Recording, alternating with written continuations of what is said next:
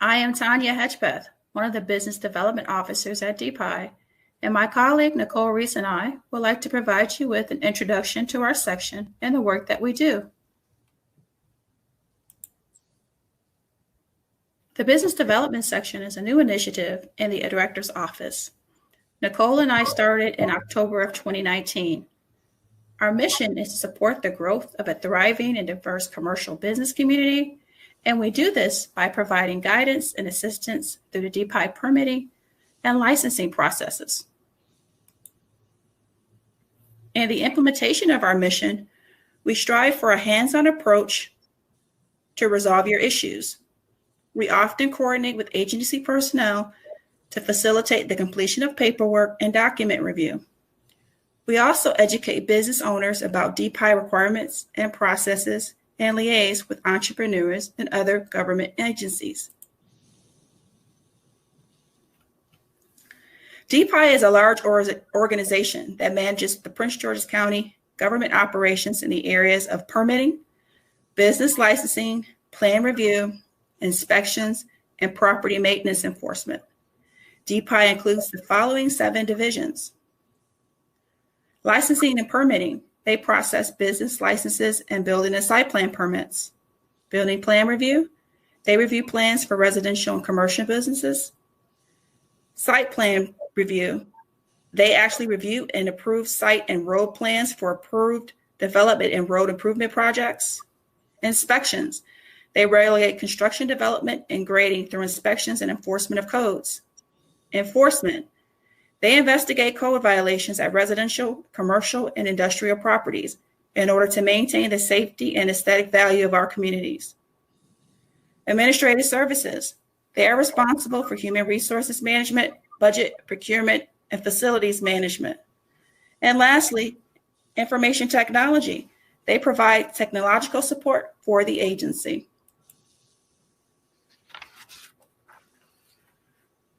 Business licensing is an important component of DPIE.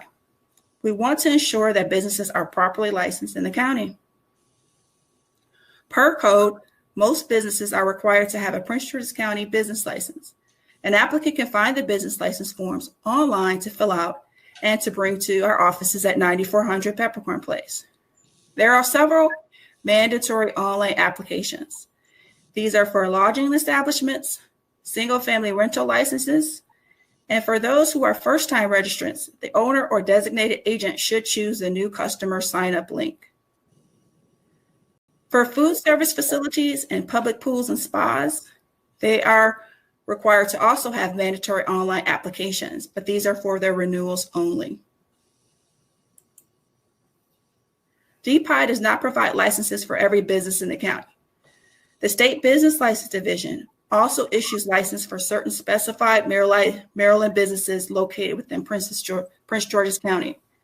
To find out whether or not you're required to obtain a business license from the clerk's office, go to the State of Maryland License Information System, BLIS.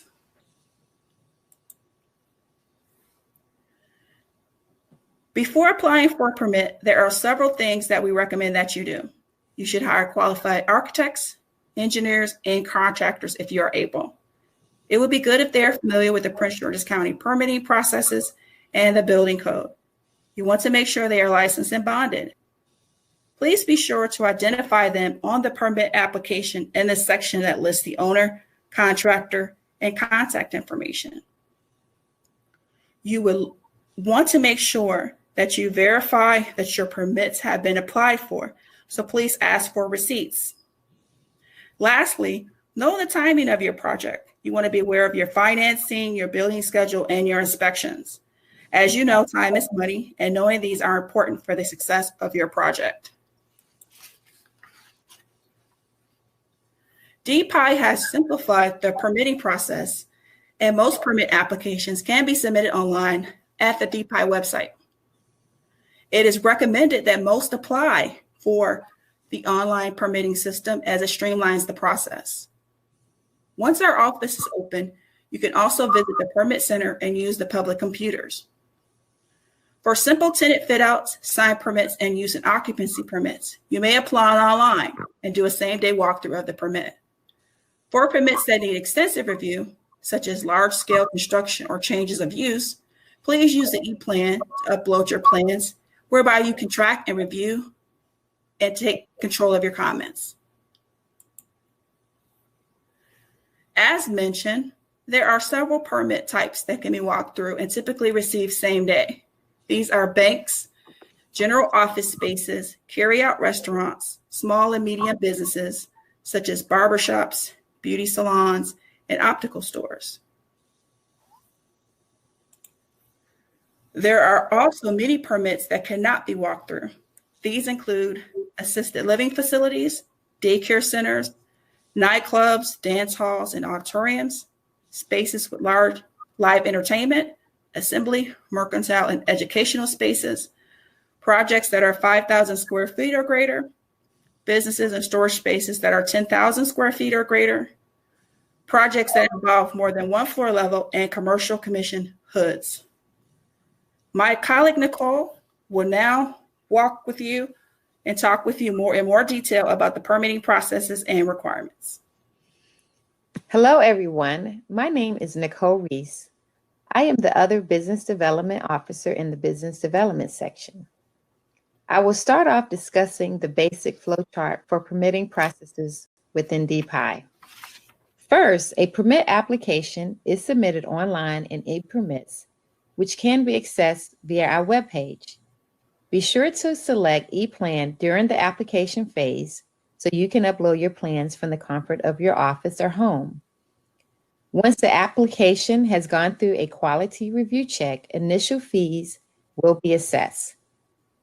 The initial fee assessment is 50% of the estimate of the construction costs.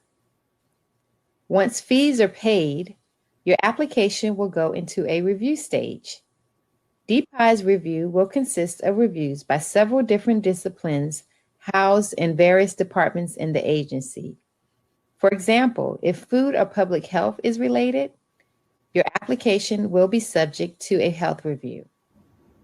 Simultaneously, your application will be reviewed by different disciplines as required by your permit application. If it does not meet county code requirements, then you will receive comments back from the respective engineers. The applicant may need to revise the plans and resubmit if the comments cannot be addressed within the same plans. You will also need zoning approval from MNCPPC, commonly referred to as parking planning, before a permit is issued. Once the plans are approved, final fees will be assessed, which consists of the final 50% of the construction cost plus a 5% technology fee. Once fees are paid and wet seals and signatures requested are dropped off to DPIE, DPIE will stamp the approved plans and the permit will be issued. You must schedule an inspection, which is noted on the job card given with the permit. If construction is over $200,000, a third-party inspection is mandatory.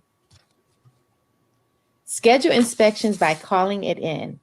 Please have the approved plans with you on site. Plans cannot be with the architect or one of your engineers who is off-site.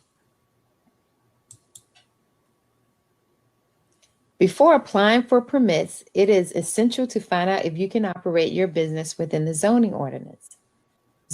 Zoning specifies permissible uses such as residential, commercial, industrial, institutional, or mixed use. As noted previously, applications are submitted to parking planning. The ordinance provides for the enforcement of private properties throughout the county except for the city of Laurel. All approvals are given by parking planning, which is a separate agency, although housed at DPIE. You will need zoning approval for the following: if you want to build on vacant land, if you want to add an addition to your existing building where your business is located, if you want to change the use of the building, or if you want to change the exterior of the building. There are major differences in these two permits, building permits versus use and occupancy permits. The biggest difference is that when you are moving into a new space and plan to do construction, you will need to apply for a building permit first. Building permits are permits needed for construction prior to occupancy. Drawings will be required by different disciplines such as electrical, mechanical, fire, structural, and health if applicable. Use and occupancy permits, often referred to as a UNO permit, are needed to occupy the premises. The permit indicates that the business identified meets local zoning and safety requirements and may legally operate at that location. You must obtain a UNO when there is a change in tenancy. Please note that there is no grandfathering for prior construction. You will have to bring any prior unpermitted construction done by a prior owner or tenant up to county code compliance. When submitting your building permit application, there are certain documents and other requirements. You will need 3 copies of a site plan. You will need 2 copies of structural plans, architectural plans, mechanical plans, and electrical plans. You will need to file for a permit for plumbing with WSSC. You will also, if food, public pool, spa, or potential air pollution, will need to have a review by the Department of Health. You will also need to indicate on your plan your fire protection systems, which include sprinkler and a fire alarm. There is certain documentation and information needed when filing for UNO permits. Specifically, you will need a property tax ID, 3 site plans, a lease agreement or letter of authorization signed and dated by the owner. LLCs will need the entity's name and registered agent for the state of Maryland, and the letter must be signed by an authorized member. Once your plans are submitted, a plan review is conducted. Plan review is a process where respective engineers review building plans to ensure compliance with all applicable building codes and standards. Typically, this is done by DPIE within a 4 to 6 week period. There are 2 other options. The third-party plan review, which is a super deluxe plan, where you, as a customer, hire a third-party company, team of engineers and architects to review your plans. This will cut down on your review period by as much as 75 to 80%. DPIE will approve the plans without an internal review from staff. The peer review program, the deluxe plan, a cheaper option, where you hire a peer review group. Currently, there are roughly 10 to 15 companies approved by DPIE. This will cut down on the review period by 50%. Under county code, DPIE must review within 10 business days. Typically, this is approved with minimal review. Once you have received your building permit, you will commence construction. If the project is over $200,000, it is mandatory to participate in a pre-construction meeting. All engineers, architects, and the owner must attend this meeting with the inspection team. The associate director can mandate third-party inspections for any projects that are below the $200,000 threshold. Once you complete construction, you will then schedule your inspection. If it is a DPIE inspection staff will inspect your construction. For third-party inspections, the third-party company will inspect your project and submit a final report to DPIE Inspections Division. Important note, if you can't begin construction immediately, construction must begin within 180 days of permit issuance, or the permit will be considered abandoned. The permit will have to be renewed and an additional fee will be assessed. Please see the list of helpful links that is widely used for gathering information about DPIE's permit and licensing process. We also have brochures available which describes our processes. Here is the direct number for the departments that work on different aspects of your application.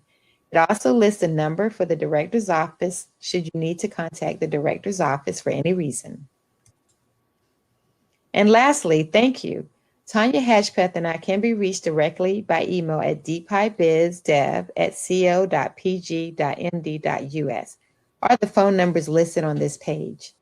Please feel free to contact us if you have further questions. Thanks again.